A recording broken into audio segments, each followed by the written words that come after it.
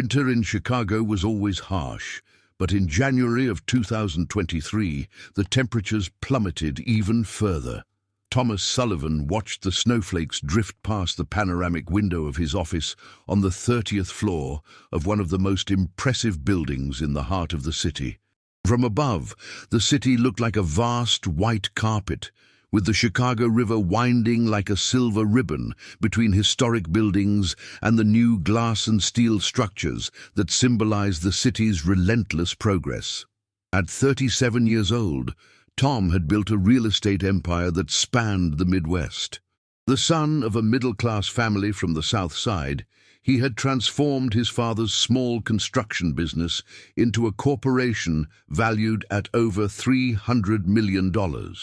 His success in business, however, was not reflected in his personal life.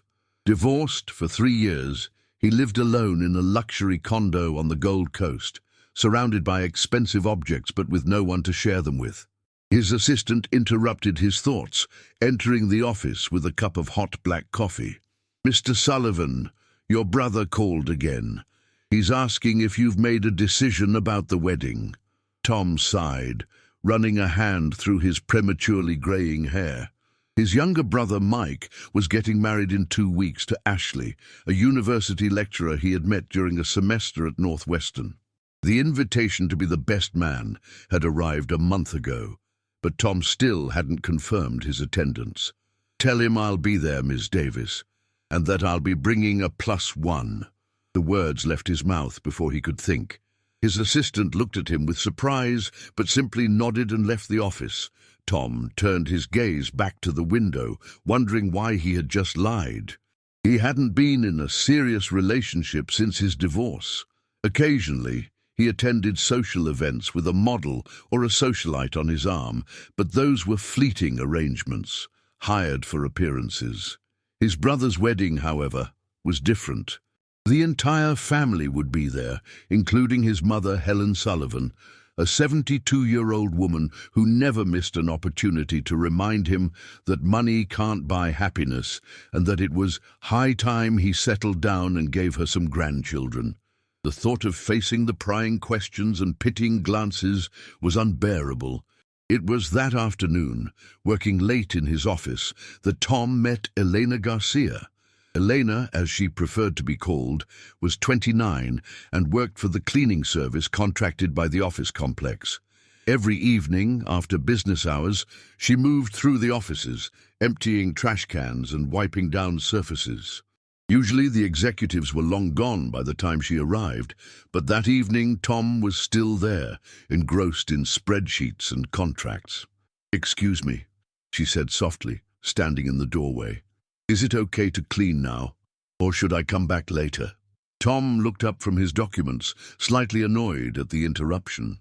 He saw a woman of average height, with brown hair tied in a simple bun, dressed in the grey uniform of the cleaning company.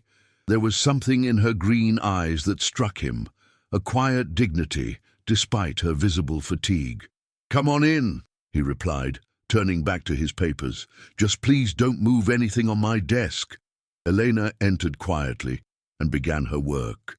As she emptied the trash can and dusted the shelves, she hummed an old American folk song, one Tom recognized immediately.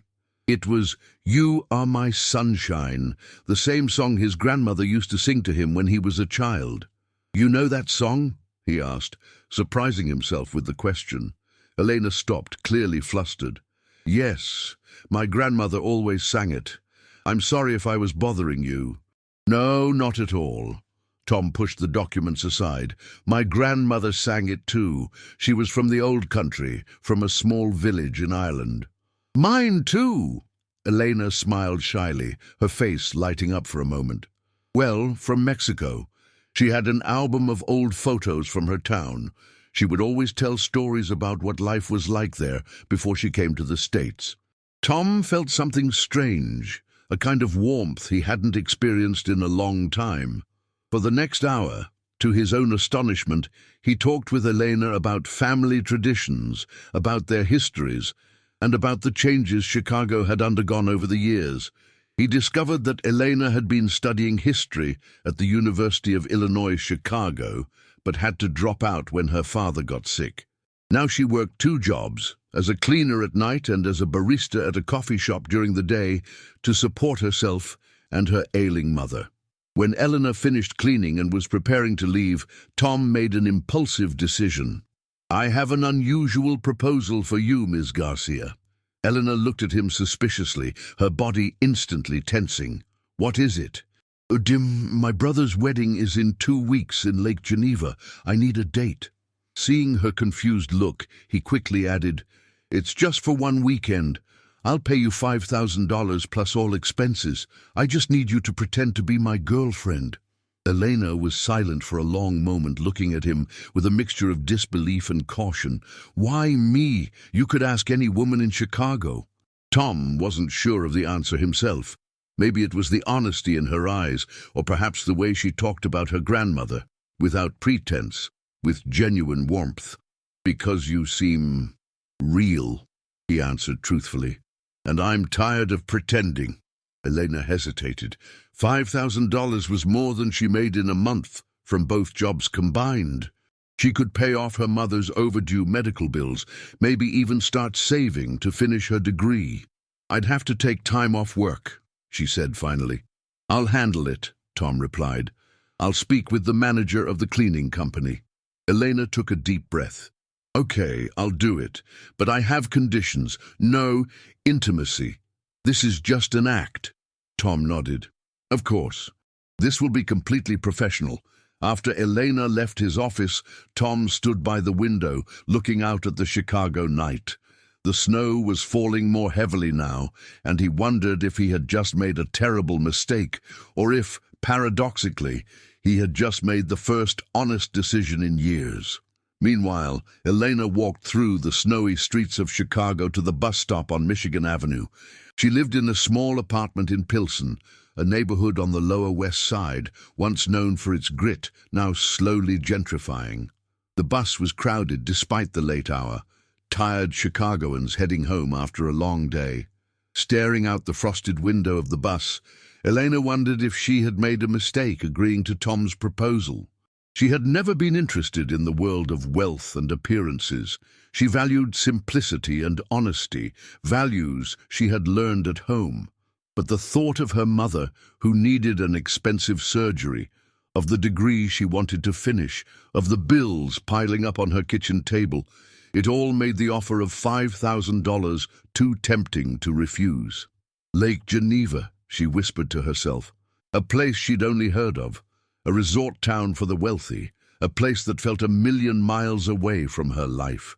Maybe, Elena thought, this strange arrangement had an upside after all. For the next 2 weeks, Tom Sullivan barely saw Elena. They communicated only by phone, arranging the details for the trip to Lake Geneva. Tom had arranged everything. He booked a private car to drive them, a suite at the luxurious Grand Geneva Resort, and sent Elena money to buy a suitable wardrobe. This last point caused their first argument. "I don't need new clothes," Elena said firmly over the phone. "I have a nice dress for the wedding." "You'll need more than one dress," Tom replied. "We'll be there for the whole weekend. There's a welcome dinner on Friday, the wedding and reception on Saturday, and a brunch for the immediate family on Sunday." "You don't understand." Her voice was quiet but determined. "I don't want you to buy me clothes. It makes me feel like a kept woman," Tom finished for her. "Yes." A silence fell between them. Tom wondered why this woman he barely knew cared so much about her dignity. Most women in his circle would have jumped at the offer without a second thought. "It's part of our deal," he said finally. "You need to look like someone who could be my partner. It's not a gift, it's a prop for the role you'll be playing." After a long pause, Elena replied, "Fine, but I'll buy everything myself. Just send me a list of what kind of clothes would be appropriate." Tom smiled into the phone. He was starting to like her stubborn independence. On Friday morning, the 27th of January, a black town car waited for Eleanor outside her apartment building in Pilsen. The neighborhood was vibrant even in the cold. with colorful murals on the brick walls and the smell of fresh tortillas from a nearby taqueria mixing with the crisp winter air. When Elena stepped out of the building, Tom, who was already in the car, didn't recognize her for a moment. Her hair, usually tied in a practical bun, now fell freely over her shoulders, framing the delicate features of her face. Instead of the grey uniform, she wore a simple but elegant forest green coat that brought out the color of her eyes. She pulled a small, modest rolling suitcase behind her. "Good morning, Mr. Sullivan," she said formally, sliding into the car. "Tom," he corrected her.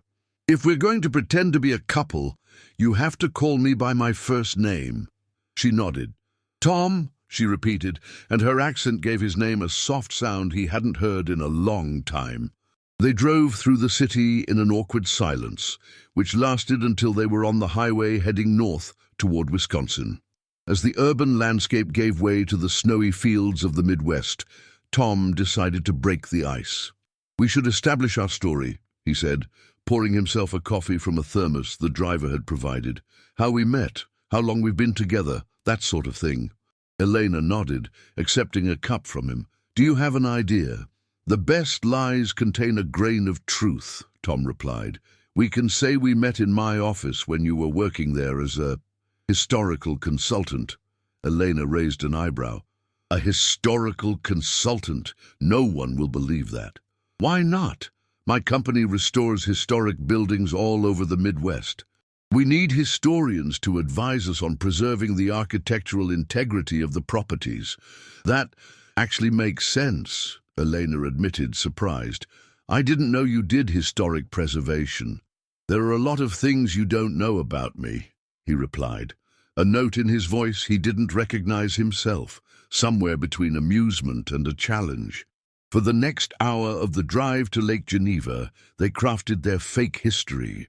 They decided they had known each other for 6 months, that their relationship had started as a professional collaboration that blossomed into something more. Elena told Tom about her real history studies, her specialization in the urban architecture of the Midwest during the Roaring Twenties, her dream of finishing her doctorate. Tom listened with growing interest, asking questions that revealed a genuine curiosity. "Why did you drop out of school?" he finally asked. Elena hesitated. "My father got cancer. He passed away 2 years ago. I had to start working full-time to support my mum and myself. She's sick too. She has multiple sclerosis." Tom looked at her in silence. In business, he had learned to recognize when people were lying for personal gain. He saw no sign of manipulation in Elena, only simple, painful truth. "I'm sorry," he said, and the 2 words sounded strangely inadequate for the weight of her experience. Elena shrugged with a gentle smile that didn't quite reach her eyes. "That's life. A lot of people have it worse." The car pulled up to the entrance of the Grand Geneva Resort a little after 11 o'clock. As they stepped out, Tom noticed Elena stop for a moment, gazing at the sprawling resort with its iconic architecture and the vast snow-covered golf courses. "First time in Lake Geneva?" he asked. "Yes," she replied, not hiding her awe. "I've heard stories, but I never had a chance to come." Tom suddenly felt a strange impulse. "We have a few hours before the welcome dinner. I can show you the town." She looked at him, surprised. "Really, you don't have to—" "I want to," he interrupted, surprised himself by the honesty of the statement. They checked in and dropped their bags in the suite, and then Tom led Elena on a tour of the small, charming town. He showed her the main street with its quaint shops and cafes, the beautiful lakefront mansions built by wealthy Chicago families a century ago.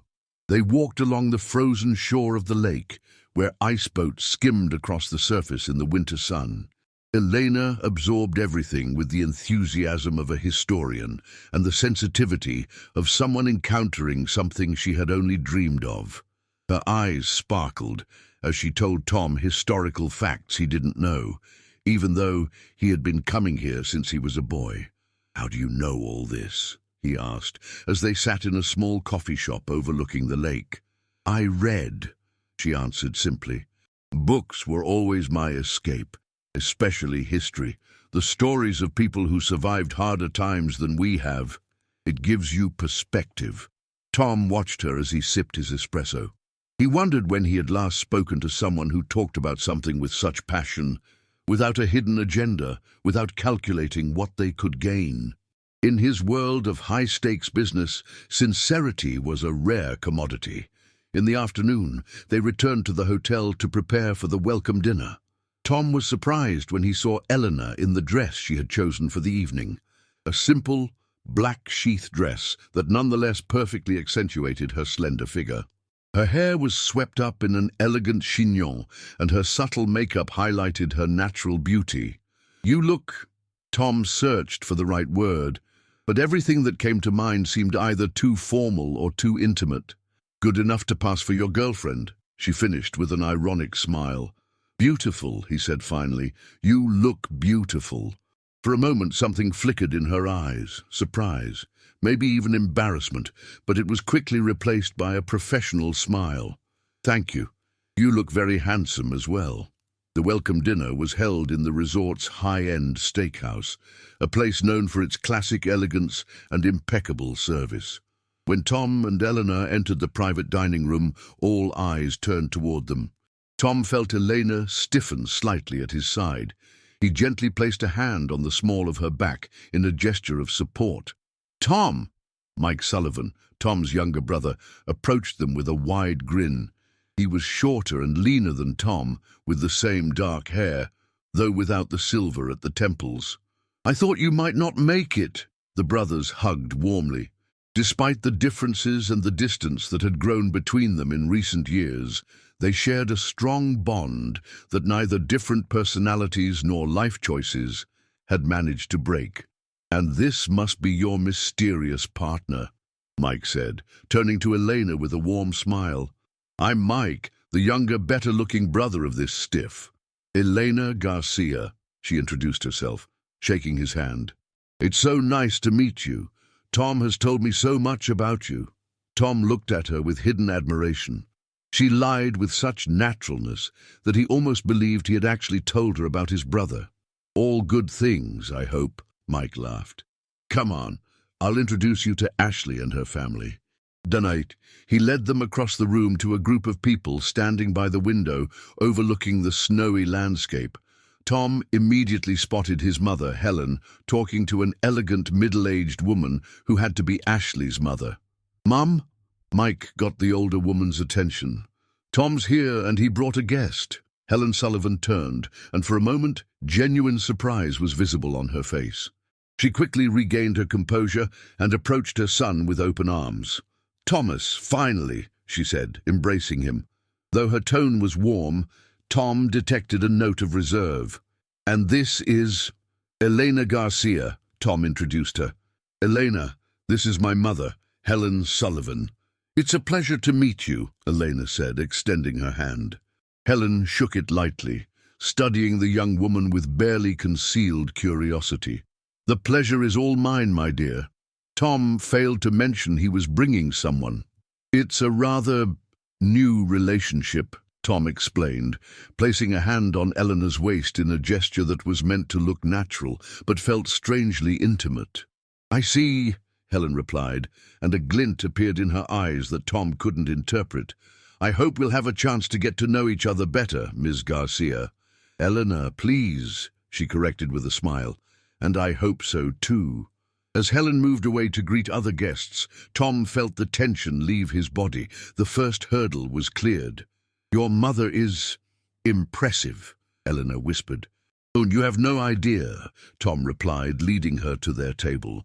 The dinner unfolded in an atmosphere of elegant, controlled joy, typical of such family celebrations. The menu featured modern American cuisine, a roasted butternut squash soup, seared scallops, and filet mignon. Elena was seated between Tom and his cousin Adam, an architect from Denver, who quickly discovered her interest in architectural history and drew her into a lively discussion about the revitalization of American cities. Tom watched her with growing astonishment. Elena moved through this company with unexpected ease. She didn't try to be someone she wasn't, but her natural intelligence and knowledge allowed her to participate in every conversation. Even his mother, initially reserved, nodded in approval several times upon hearing Elena's comments about preserving America's cultural heritage. When dessert was served, a decadent chocolate lava cake with vanilla bean ice cream, Helen Sullivan leaned toward her son. "Your Elena is different from your previous partners," she said quietly. Tom turned to his mother, surprised. "What do you mean?" "She has something real about her," Helen replied, glancing toward Eleanor, who was laughing at a joke Adam had told. "And I think she actually likes you." Tom felt a strange tightness in his throat. He wanted to respond, but at that moment, Mike stood up, tapping his glass with a fork to propose a toast to his future wife. Everyone raised their glasses, and Tom felt Eleanor's hand gently touch his under the table. He looked at her questioningly, and she gave him a barely perceptible nod, an unspoken confirmation that everything was going according to plan. When they returned to the hotel late that evening, Lake Geneva was quiet and blanketed in snow.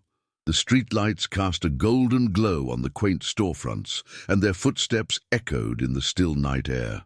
"You did well," Tom said, breaking the silence. "My family liked you."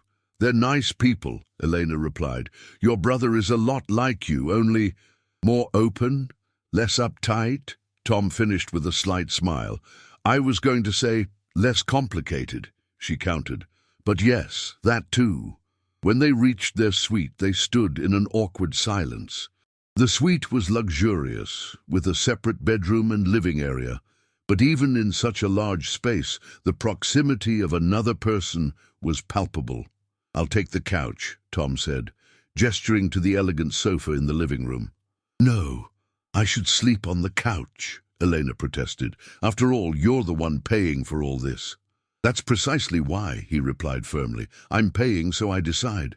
"And I decide you sleep in the bedroom." Elena wanted to protest further, but seeing the determination in his eyes, she relented. "All right, thank you." As they prepared for bed, each in their separate part of the suite, Tom realized that for the first time in a long time, he felt comfortable in someone else's presence. He didn't have to pretend, he didn't have to impress, he didn't have to be on guard. Paradoxically, in this fake relationship they had concocted for the weekend, there was more honesty than in many of his real ones. Lying on the couch, he listened to the quiet sounds of Elena moving about in the bedroom, the soft rush of water in the bathroom, the gentle creak of the bed as she lay down. These ordinary domestic sounds had a strange sense of intimacy that both unsettled him and brought him a feeling of peace. With these conflicting thoughts, Tom drifted off to sleep, while outside the window, the snow wrapped Lake Geneva in a white blanket, erasing the tracks of modernity and making the town look almost as it did a century ago, when the titans of industry strolled these same streets. Saturday morning greeted Lake Geneva with a heavy snowfall. Tom woke up early, feeling a slight stiffness from the night on the couch, which, despite its elegance, wasn't made for sleeping. He lay still for a moment, listening to the silence of the suite. No sound came from the bedroom. Elena must still be asleep. He got up quietly and went to the window. The resort grounds were already covered in a fresh layer of snow. The few early risers left tracks that were quickly being filled in by the falling flakes. The main lodge looked like something from a postcard, its iconic roofline standing majestically against the white landscape.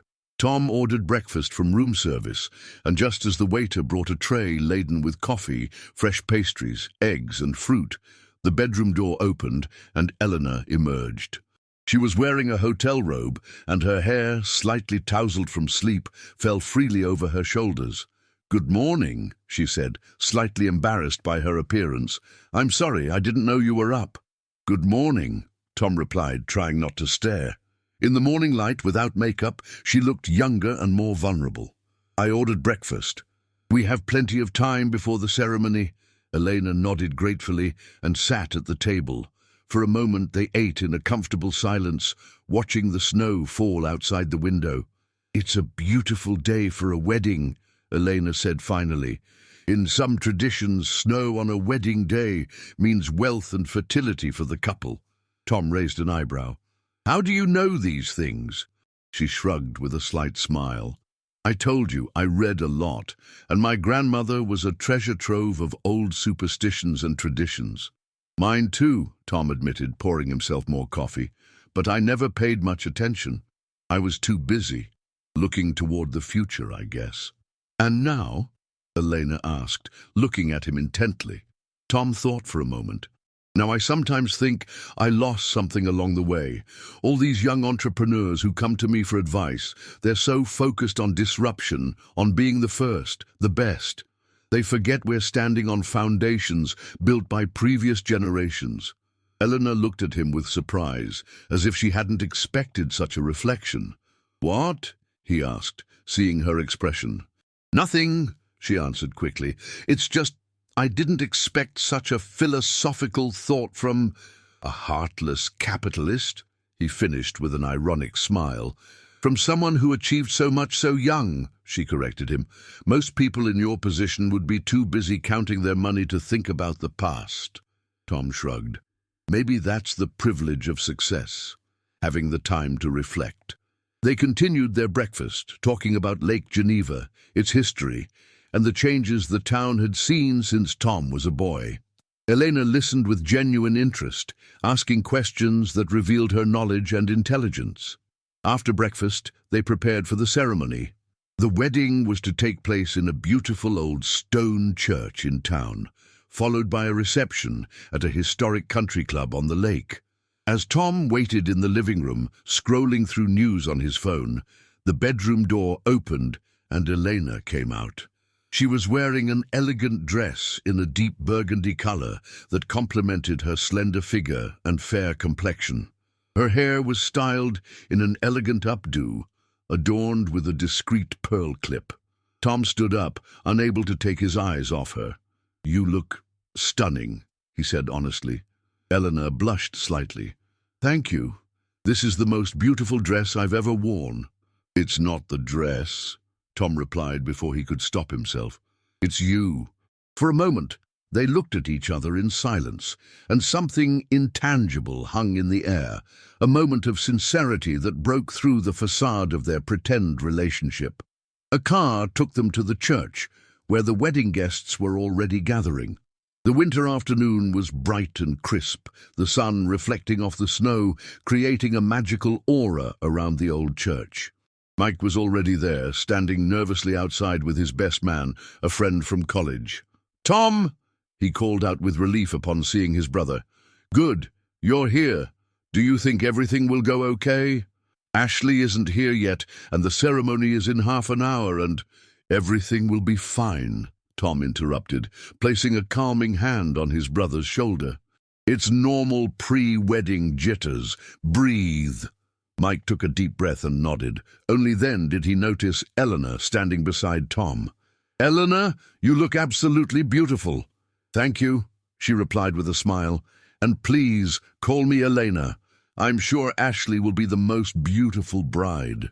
"No doubt about that," Mike agreed, his face lighting up at the mere mention of his fiancée.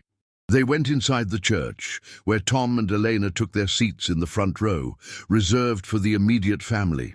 The interior of the church was decorated with white flowers and candles, which cast a warm glow on the dark wood pews and stained glass windows. An organist began to play soft music, creating an atmosphere full of anticipation. Helen Sullivan joined them, sitting next to Tom. She was dressed in an elegant champagne-colored suit, her silver hair perfectly coiffed. She looked distinguished, like a woman who had spent her life behaving appropriately for every situation. "Good morning, Mum," Tom greeted her, kissing her cheek. "Good morning, son," she replied, then nodded toward Elena. "Elena." "Good morning, Mrs. Sullivan," Elena responded with a smile. "This is a beautiful ceremony." "Yes," Helen agreed, looking around the church. "Mike and Ashley chose a very traditional ceremony. It's a rarity these days." "I think it's lovely," Eleanor said. Tradition gives us a sense of continuity, of being rooted. Helen looked at her with new interest. Exactly. I didn't expect such understanding from someone of the younger generation. Before Eleanor could reply, the organist began the wedding march, and all the guests stood. The church doors opened and Ashley entered, escorted by her father. Her wedding dress was classic and elegant, simple in the front, with a long train and a lace-trimmed veil. She carried a bouquet of white roses and baby's breath. Tom glanced at his brother standing at the altar. Mike's face lit up at the sight of his bride, and tears of emotion welled in his eyes. In that moment, Tom felt a pang of something he couldn't name, perhaps a longing for something he had never experienced, despite all his success. The ceremony was traditional and moving. As the couple exchanged their vows, Tom felt Elena discreetly wipe away a tear. He impulsively took her hand and squeezed it lightly. She looked at him with surprise, but didn't pull her hand away.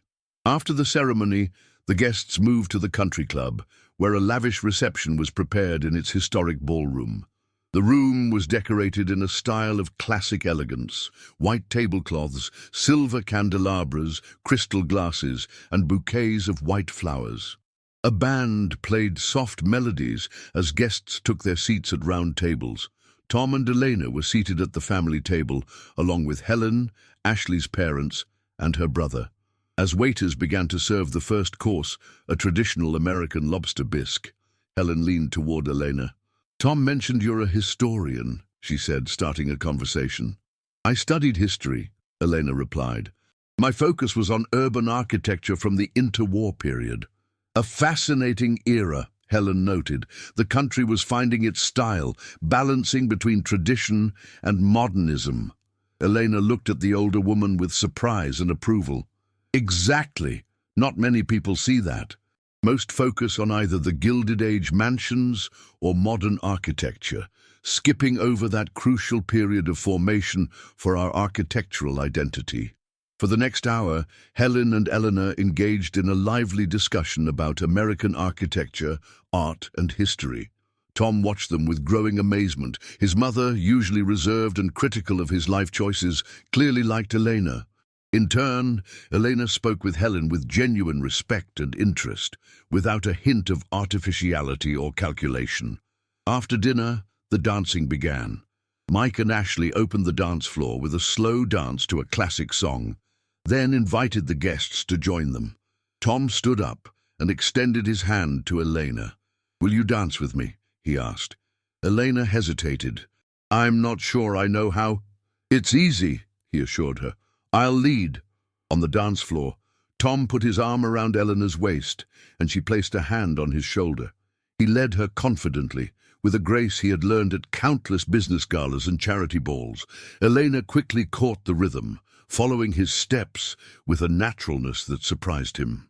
"You're a good dancer," he said as they swayed among the other couples. "I had a good teacher," she replied with a smile. "My dad taught me the basic steps when I was little. He loved to dance with my mom at weddings." Tom pictured a young Elena, dancing on her father's feet at some family party. There was something simple and sincere in that image that contrasted with the formal balls where he had learned to dance, with an instructor hired by his mother who corrected his every step and posture. "What are you thinking about?" Elena asked, seeing his pensive look. "About the differences between us," he answered honestly. "We come from such different worlds. And yet here we are, dancing together," she observed, and there was a note in her voice he couldn't identify, perhaps melancholy, perhaps irony. They danced for several songs, and with each one, Tom felt the distance between them shrinking. There was a certain naturalness in her movements, an authenticity in her smile that made him forget the pretend nature of their relationship. When the band took a break, Tom led Eleanor to a terrace overlooking the snow-covered lake. The night was clear and cold, and the stars shone brightly in the sky. Their breath turned to white mist, and the lights from the clubhouse reflected on the snow, creating a magical scene.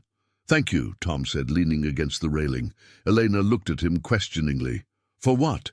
"For all of this," he replied, gesturing toward the ballroom behind them. for being the perfect partner, for talking to my mother, for—" he hesitated, searching for the right words, "for making all of this feel real." Elena looked away, gazing at the panoramic view. "That's my job, isn't it? That's what you're paying me for." Her words, spoken quietly but pointedly, reminded him of the true nature of their arrangement. He felt a sudden chill that had nothing to do with the winter air. "Yes," he agreed, straightening up. "Of course." They returned to the ballroom, where the party was in full swing. The band was now playing contemporary hits, and the dance floor was packed. Mike, with his tie slightly loosened and a flush on his face, approached them with glasses of champagne. "Tom, I finally see you happy," he exclaimed, throwing an arm around his brother. "And it's all thanks to this lovely lady." Tom forced a smile, accepting the glass. "Mike, how much have you had to drink?"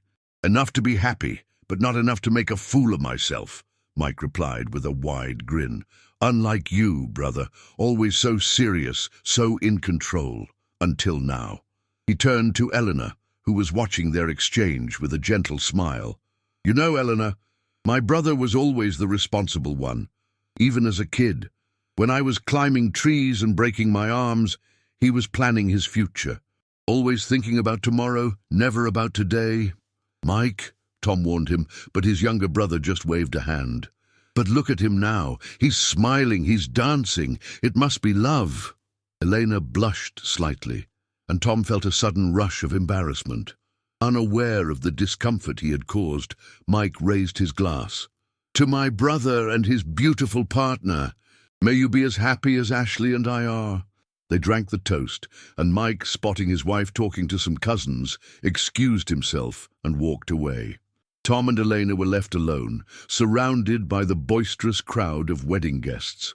"I'm sorry about my brother," Tom said. "He's always had an overdeveloped sense of drama." "It's sweet," Elena replied.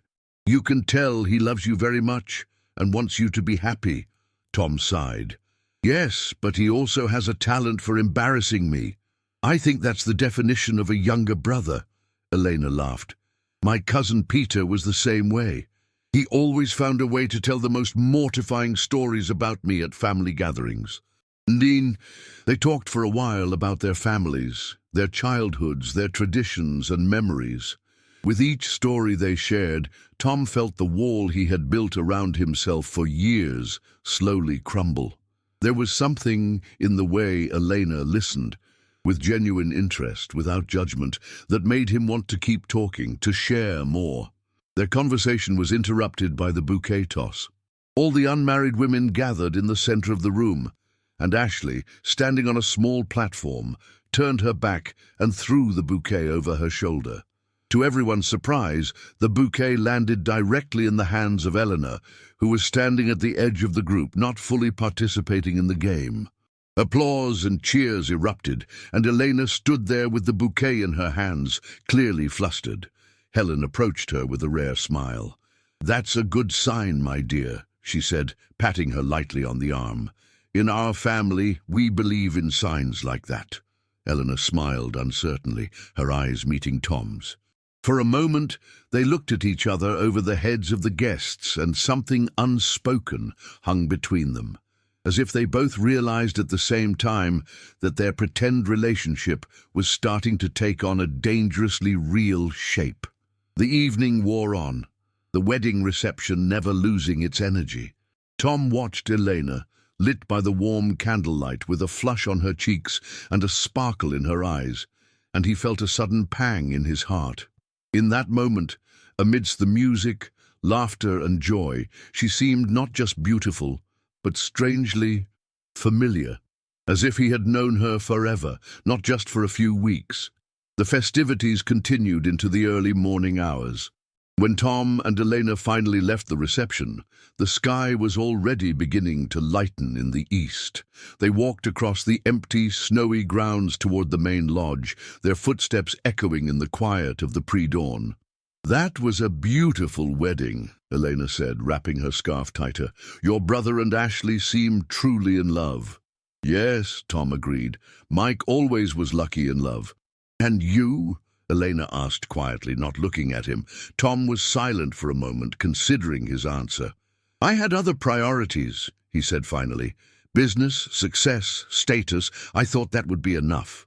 And now?" "Now?" He hesitated, searching for the words. "Now I'm not so sure anymore." They reached the hotel and entered the suite, which was pleasantly warm. Elena took off her coat and shoes, her face showing her exhaustion after the long day. "I think we should get some sleep," she said, stifling a yawn. "We still have the family brunch tomorrow." Tom nodded but didn't move. He stood there, looking at her, as if he wanted to say something but couldn't find the right words. "What?" she asked, noticing his gaze. "Nothing," he replied quickly. "Good night, Elena." "Good night, Tom." As he lay on the couch, listening to the silence of the suite, Tom realized that for the entire evening he hadn't once thought about work, contracts, the stock market, or new developments. For the first time in years he had spent a whole day just living, and paradoxically he had done it as part of a fake scenario, a pretend relationship, a paid charade. With that bitter irony in his mind, he fell into a restless sleep, while outside, Lake Geneva was waking up to a new day, the sun slowly rising over the frozen lake, casting a golden light on the snowy landscape. Sunday morning greeted Lake Geneva with a blue sky and a blinding sun that made the snow sparkle like a million diamonds. Tom woke up with a slight headache, the result of the wedding champagne. He lay still for a moment, listening to the silence of the suite and trying to sort through his thoughts.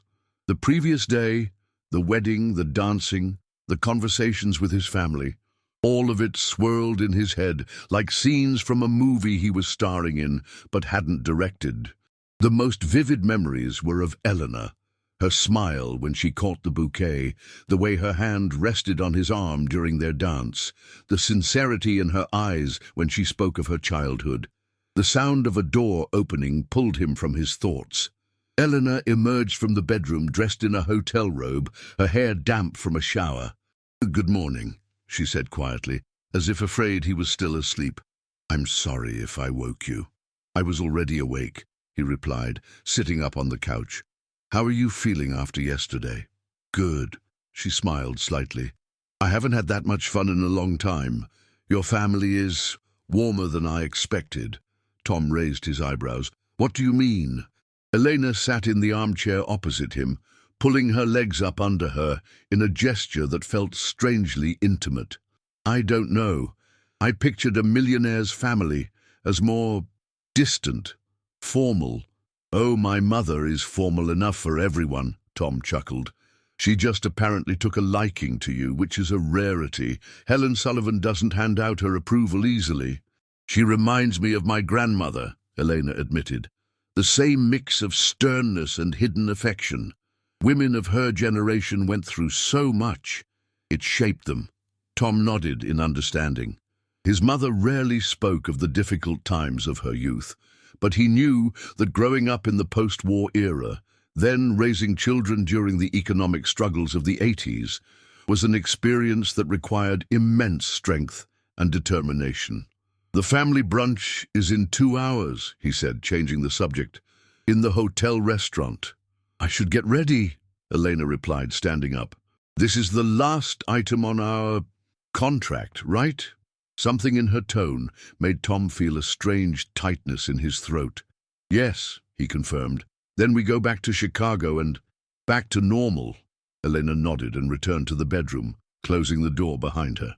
Tom got up and went to the window, looking out at the resort where guests were already beginning their Sunday morning strolls.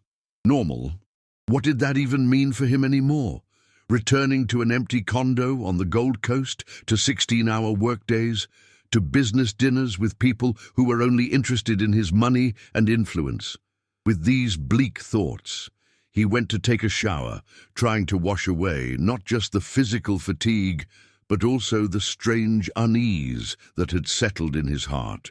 At 11 o'clock, Tom and Elena went down to the hotel restaurant, where an elegant brunch had been set up on a terrace with a view of the grounds for the couple's family. Elena was wearing a simple but elegant sea green dress that highlighted the color of her eyes. Tom noticed several people turn to look at her as they walked through the restaurant. Mike and Ashley were already there, talking with the bride's parents. The newlyweds were glowing with happiness, despite the clear signs of exhaustion after the all-night celebration. "Tom, Elena!" Mike waved to them enthusiastically. "You made it! I thought you might decide to stay in bed all day." Tom saw Elena blush slightly at the suggestion. "Not all of us have the luxury of being newlyweds," he replied with a smile, shaking his brother's hand. "Congratulations again. It was beautiful." "Thank you," Ashley said, beaming. She was a petite but energetic woman, with bright eyes and a warm smile. "I heard Elena caught the bouquet. You know what that means, right?" Before either of them could answer, Helen joined them, elegant as always, in a simple lavender-colored suit. "It means my son might finally think about settling down," she said with her characteristic directness. "Elena, I hope you'll be a good influence on him." Elena looked at Tom with a hint of panic in her eyes, unsure how to react to such a direct statement. "Mom," Tom sighed. "Please don't start."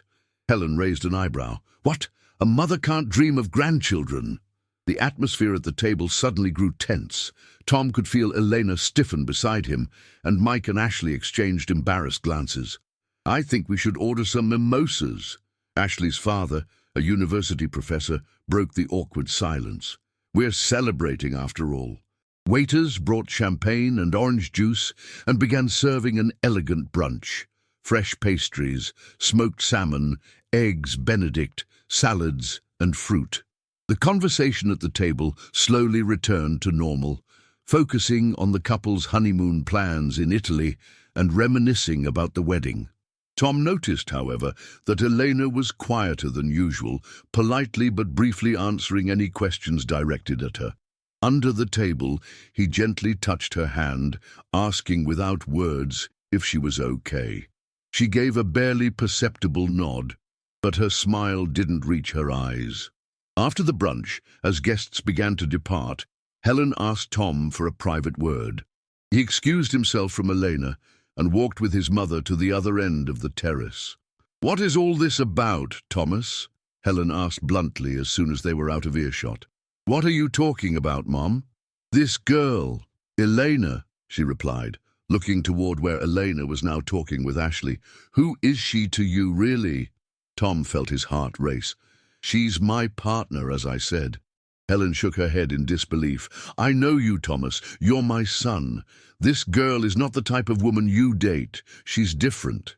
"And that's a problem?" he asked, feeling a rising irritation. "No," Helen said, surprising him.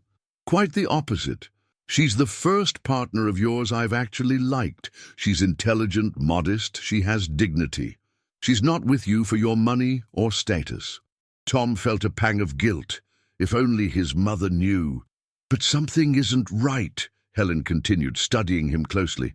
"There's something in the way you look at each other. There's an uncertainty, as if you're both playing roles you're not sure of." Tom fell silent, stunned by his mother's perceptiveness. He always knew she was sharp, but he never expected her to see through their facade so quickly. "It's complicated, Mom," he said finally. Helen sighed. "Life is always complicated, son. But sometimes we complicate it ourselves because we're afraid to admit our true feelings." She looked him straight in the eye with a seriousness that reminded him of his childhood, when she taught him to distinguish right from wrong. "Whatever is between you two, don't waste it. A real connection between people is too rare and precious to be taken for granted." With those words, Helen patted him lightly on the arm and walked away, joining a group of older relatives. Tom stood for a moment, trying to process her words. Was it possible that his mother, always so critical and demanding, had just given him her blessing for a relationship with a woman he had hired to be his fake date? The irony of the situation was not lost on him. When he returned to Eleanor, he found her talking to his great-aunt Teresa, his mother's oldest sister, who was considered the family oracle on matters of the heart. "Thomas, dear," the aunt exclaimed when she saw him, I was just telling your lovely Eleanor that you two have such bright auras together. It's a rarity these days, you know." Tom forced a smile. Aunt Teresa, despite her age, was an avid follower of all things esoteric, blending traditional faith with a belief in energy, auras, and horoscopes. "Auntie, not everyone believes in auras," he reminded her gently. "But that doesn't mean they don't exist," she replied with conviction. "Look at Mike and Ashley. I said from the beginning they were destined for each other. And now you two. Thomas, your aura has never been this bright." Elena looked at the old woman with a mixture of amusement and interest. "That's fascinating, Mrs. Miller. My grandmother also had a gift for seeing more than others." Aunt Teresa grabbed Elena's hand. "I knew it. You have that sensitivity in you. Take care of him, will you? Thomas has always guarded his heart too closely." With that, the aunt departed, leaving them in an awkward silence. "I'm sorry about my family," Tom said finally. "They've always been a bit too involved in my personal life." "It's nice," Elena replied, surprising him, "that they care so much about you." Tom looked at her in disbelief. "You really think so? You don't think they're too nosy?" Eleanor shrugged. "Since my dad passed away and my mum got sick, I've been practically on my own. My cousins are scattered all over the country. Aunts and uncles are busy with their own lives. Sometimes I miss that family noise. Having someone bother you, ask about your life, worry about you." Tom felt a sudden wave of compassion. Despite his professional success, he himself sometimes felt that same loneliness, especially on long winter evenings when he returned to his empty condo after another day filled with business meetings and negotiations. "I understand," he said quietly. The brunch was slowly winding down. Mike and Ashley were making their way from table to table, saying goodbye to guests before leaving for the airport. When they reached Tom and Eleanor, Mike hugged his brother tightly. "Thanks for coming," he said with genuine gratitude. "It meant a lot to me." "I wouldn't have missed it," Tom replied, patting him on the back. "I'm proud of you, little brother." Mike turned to Elena. "And you, Elena, I hope to see you at family gatherings in the future. You're the first woman my brother has brought home who doesn't look at him like a walking ATM." "Mike!" Tom hissed, but Elena just laughed. "Thank you for having me," she said, kissing him on the cheek. "Your wedding was beautiful." As the newlyweds left, Tom saw his mother motioning for him to come over. He sighed, anticipating another difficult conversation. "Wait here," he said to Elena.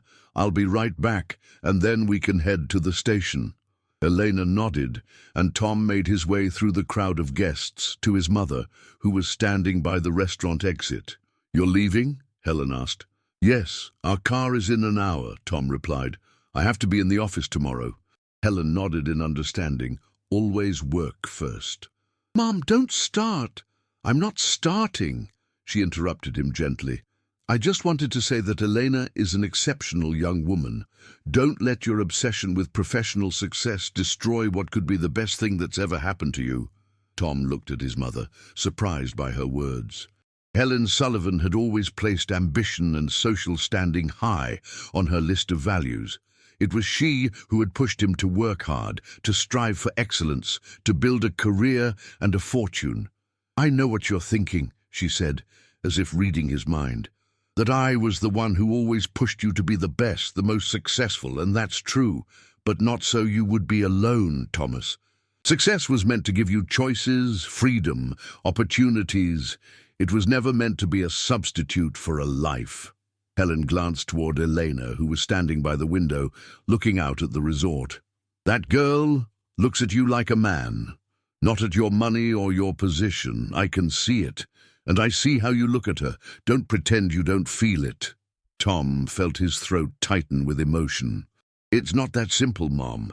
"Love is never simple," Helen replied with a rare smile, "but it's worth every complication." She kissed him on the cheek and walked away, rejoining a group of relatives. Tom stood for a moment, processing her words. Helen Sullivan, the woman who always seemed to value achievement over emotion, had just given him a lesson on love. When he returned to Elena, He noticed she was looking at him with slight concern. "Is everything okay?" she asked. "Yes," he answered, not entirely convinced of his own words. "We should go. The car is waiting." They said their goodbyes to the remaining guests and left the hotel.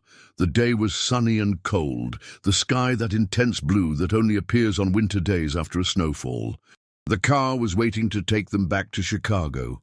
The drive was quiet.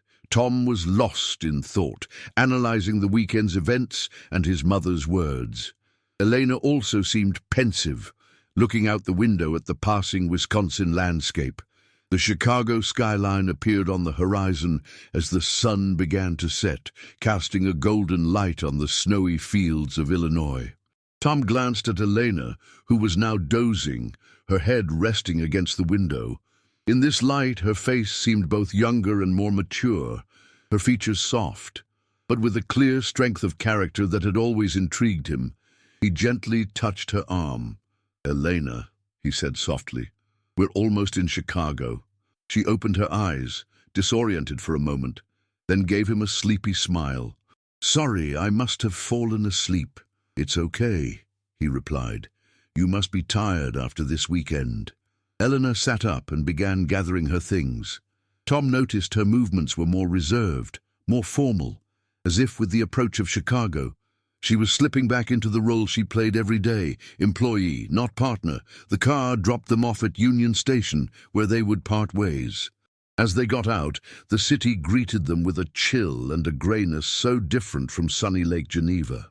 "I can get you a cab home," Tom offered as they stood on the curb. "No need," Elena replied quickly. "I can take the L train." "I insist," Tom said firmly. "It's late and it's cold." Eleanor hesitated but finally nodded. "Okay, thank you." He hailed a taxi, and Elena gave the driver her address in Pilsen. The car pulled away, weaving through Chicago's evening traffic. They sat beside each other in the back seat, an invisible barrier seeming to grow between them. A return to the reality where they were an employer and an employee, not a couple. When the taxi stopped in front of an old brick apartment building in Pilsen, Tom felt a sudden impulse to say something, anything, to stop this moment, to prolong it just a little longer. "Eleanor," he began as they got out of the car.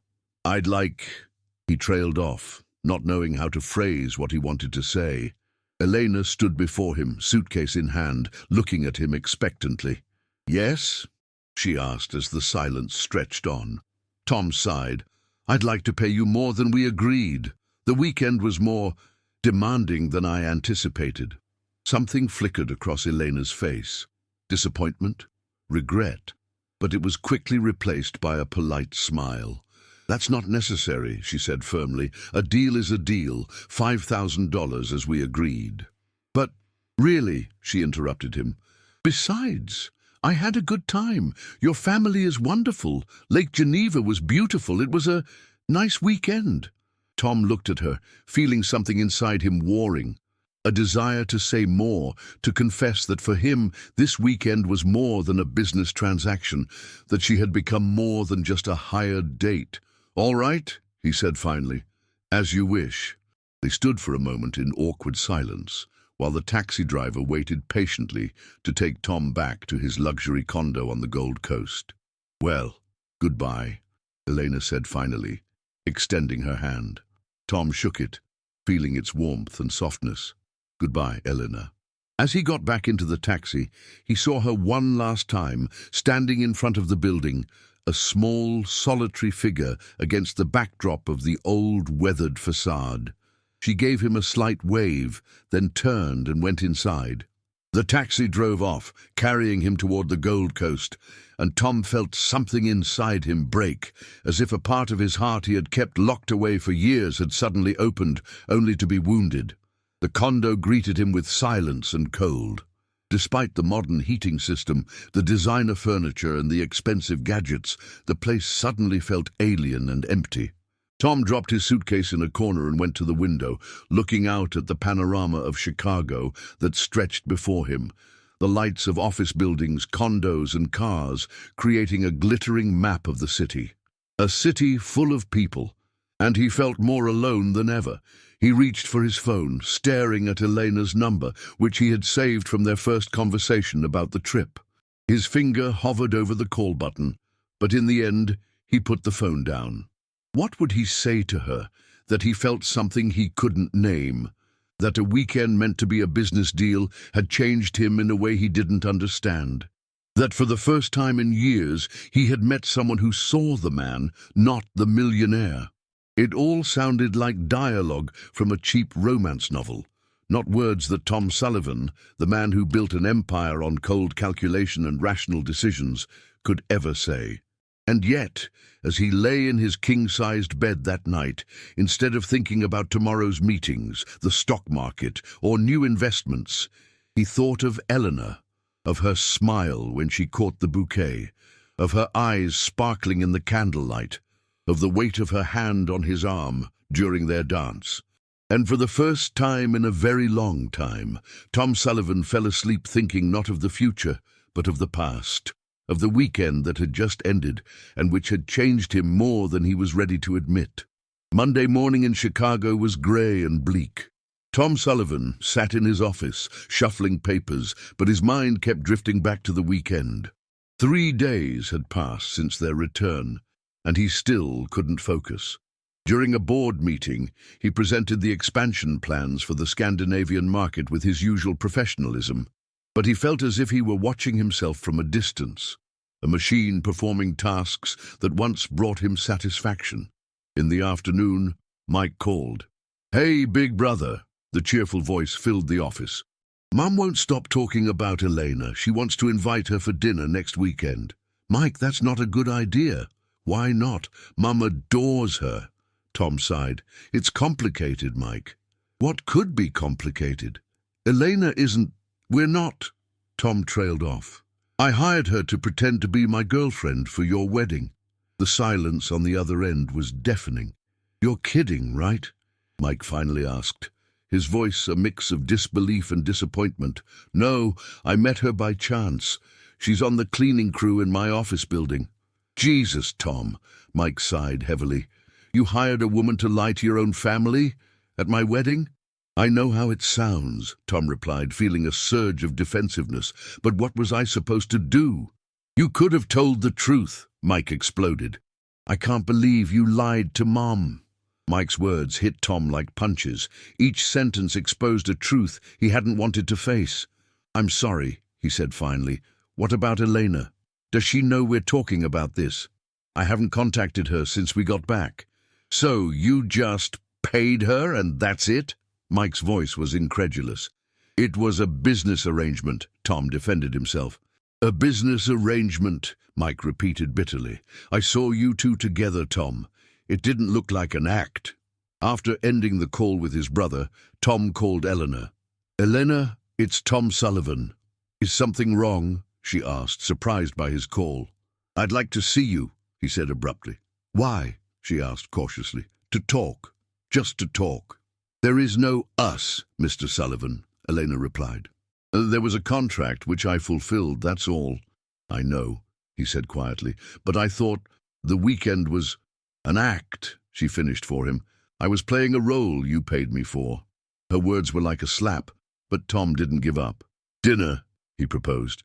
"Tomorrow night, no pretending, no roles. Just you and me, talking like normal people." There was a long silence. "Fine," she said at last, "but on my terms. No fancy restaurants, no limousines, and we split the bill. Agreed on the first 2, but I'm paying. The person who asks pays for the first date." "A date?" she repeated, startled. "Who said anything about a date?" "I just did," he replied with a hint of a smile. "Do you accept the invitation?" "Fine, but I picked the place, a diner. The White Palace Grill on Roosevelt, 7 o'clock. The next day, Tom waited outside the classic Chicago diner, feeling strangely out of place in his expensive suit. When he saw Elena approaching in a simple dress, he felt his heart speed up. They ordered cheeseburgers and fries and talked about Chicago, about books, about movies. Tom couldn't remember the last time he'd had such a normal, human conversation. "Why did you agree to the arrangement?" he finally asked. The money, she answered honestly, and I was curious about your world. And what did you think? It was different than I expected. Your family really cares about you. What now? Eleanor asked quietly as they finished their meal. I don't know, Tom admitted. I don't plan that far ahead. You, she laughed, the man who plans investments years in advance. This is new territory. For me too, she admitted. But seriously, Tom, what can come of this? We're from completely different worlds. That depends on how you look at it, Tom replied. As he walked her to the L station, he felt like a teenager on a first date. Thank you for tonight, he said. It was different than I expected. Better or worse, she asked. Better, he answered without hesitation. Will I see you again? He asked. Elena hesitated. I don't know, Tom. This is all so complicated. He leaned in slowly and gently kissed her on the cheek. Good night, Elena. Good night, Tom, she replied softly.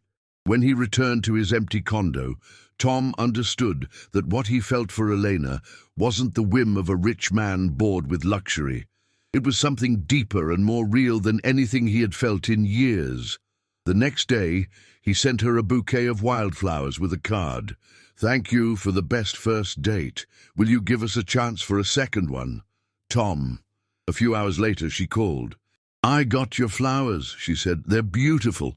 I'm glad, he replied, holding his breath. I get off work at 6, she said. If you want, we could meet in Millennium Park at 7. I'd love that, he replied, feeling his heart do a strange flip. After they hung up, Tom went to the window and looked out at Chicago. The city he knew like the back of his hand suddenly seemed new, full of possibility. And though he didn't know what the future held or if their worlds could ever truly merge, he was willing to risk everything to find out. A crisp evening settled over Millennium Park, the city lights reflecting off the silver surface of the Bean. Tom arrived early, waiting anxiously near the Crown Fountain. When he saw Elena approaching in a red coat, a warmth spread through his chest. Hi, she greeted him with a smile. Sorry if you were waiting. The train was late. I just got here, Tom lied. Beautiful night, isn't it? They walked through the park, their breath misting in the cold air. The city's skyline twinkled around them, a backdrop of concrete and light. Thank you for the flowers, Elena said. No one has ever sent me wildflowers before. I thought they suited you. Natural, unpretentious, beautiful in their simplicity.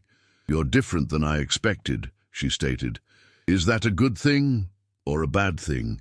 He asked. Good, she replied. Definitely good. They stopped in front of the skating rink, watching the skaters glide under the lights. I talked to my brother, Tom admitted. I told him the truth about our arrangement. How did he take it? She asked. He was disappointed, angry that I lied to our family, and he was right. Do you regret it? She asked after a moment. I regret lying to my family, but I don't regret meeting you. It's the best thing that's happened to me in years. Elena looked at him with a mixture of disbelief and hope. Why? Because you made me feel again, he answered honestly. For years I've been frozen, focused only on work, on achievements. I forgot how to just live. Tom, she began slowly, what you're saying sounds beautiful, but we are from two different worlds. You have everything. Money, power, status. I'm just a girl from Pilsen. Those are just external circumstances, he replied, taking her hand. What matters is who we are on the inside. I'm scared, she admitted quietly. I'm scared this is just a momentary fascination, that you'll get bored of ordinary life and go back to your world. I can't predict the future, he said sincerely. I can only tell you what I feel right now, and I feel that what's starting between us is special. What are you proposing? Let's try, he answered, step by step, no rushing. Elena nodded. Okay, but on my terms. Which are? First, no expensive gifts or limousines. Second, no one at your company can know about us. And third, promise you'll be honest with me, always. I promise, he said seriously. Complete honesty. They stood for a moment in silence, looking at each other in the glow of the city. "So what now?" she asked with a smile. "Now we can start over," he replied, pulling her a little closer. "Hi, I'm Tom Sullivan, 37 years old. I like long walks, American poetry, and a good Chicago-style hot dog." Eleanor laughed. "Hi, Tom. I'm Elena Garcia, 29. I like history, old buildings, and wildflowers." Their lips met in a gentle kiss that, despite its innocence, carried the promise of something deeper. On Saturday, Elena took him to the Garfield Park Conservatory. "You've lived here your whole life and never been," she teased. He who had dined in the world's finest restaurants was mesmerized by the simple, profound beauty of the desert house. He, in turn, showed her a hidden architectural gem, a small private library in an old university building that he had helped fund, a place he had never shown anyone before. With each shared experience, they felt their perspectives widening. That evening, walking her home, he said, "Thank you for today. It was perfect." "I'm glad," she replied. "Next time, you pick what we do." "Next time," he repeated like a promise. The following weeks passed in a daze. They saw each other as often as their demanding schedules allowed. With each passing day, their bond grew stronger. One evening, while they were at his condo, Elena noticed a blueprint, a plan for a new luxury development that included the block where her apartment building stood. "This is my building," she said quietly, "and the buildings next to it, where people I've known my whole life live." "It's just business," Tom began. "The city is changing." "Business?" she interrupted, her voice rising. "Does business mean throwing people out of their homes, destroying communities that have existed for generations?" Tom was stunned by her reaction. "The tenants will be compensated. Don't you understand? For you, this is just a transaction. For us, this is our life, Tom." She left and he remained alone, shaken by her words. In the early hours of the morning, he made a decision. The project would be modified. The historic buildings would be restored, not demolished, and the current residents would be offered a path to stay. The next day he went to her apartment. "I'm sorry," he said. "You were right. I was blind. I've changed the project. No one is getting kicked out." She invited him inside, where he met her mother, Eliana. He spent a few hours with them, talking and drinking coffee in their modest, warm apartment. Later, during a walk, Elena said, "Thank you for what you did, for listening, for changing your mind." "I should be thanking you," he replied, "for showing me a different perspective, for making me want to be a better man. When we first met, I thought you were just another rich businessman," she admitted. "Now I see you're someone more, someone who is capable of change." They kissed, standing in the middle of a Pilsen courtyard. In that kiss was the promise of a future where their different worlds wouldn't be an obstacle, but an asset. 3 months later, during a family dinner at his mother's house in Lincoln Park, to which Eleanor was finally officially invited, Helen Sullivan took her aside. "I wasn't wrong about you," she said with a rare smile. "You're exactly what my son needed. Someone who sees the man, not the fortune." "I love him," Elena admitted honestly. "Not his money or his position. Him." "I know," Helen replied. "And he loves you, more than he's ever loved anyone." That evening, walking along the lakefront, not far from where it had all started, Tom and Elena talked about the future, about her plans to finish her doctorate, about his new, more community-focused approach to business, about the possibility of one day living together. "I never would have thought that getting hired as a fake girlfriend for a wedding would lead me here," Elena laughed. "And I never would have thought that a lie would lead me to the greatest truth of my life," Tom replied, kissing her under the Chicago stars. They didn't know what the future would bring, but they knew one thing: their two different worlds were slowly, surely becoming one. A world they were building together, step by step, day by day, with a love and understanding that had overcome every barrier.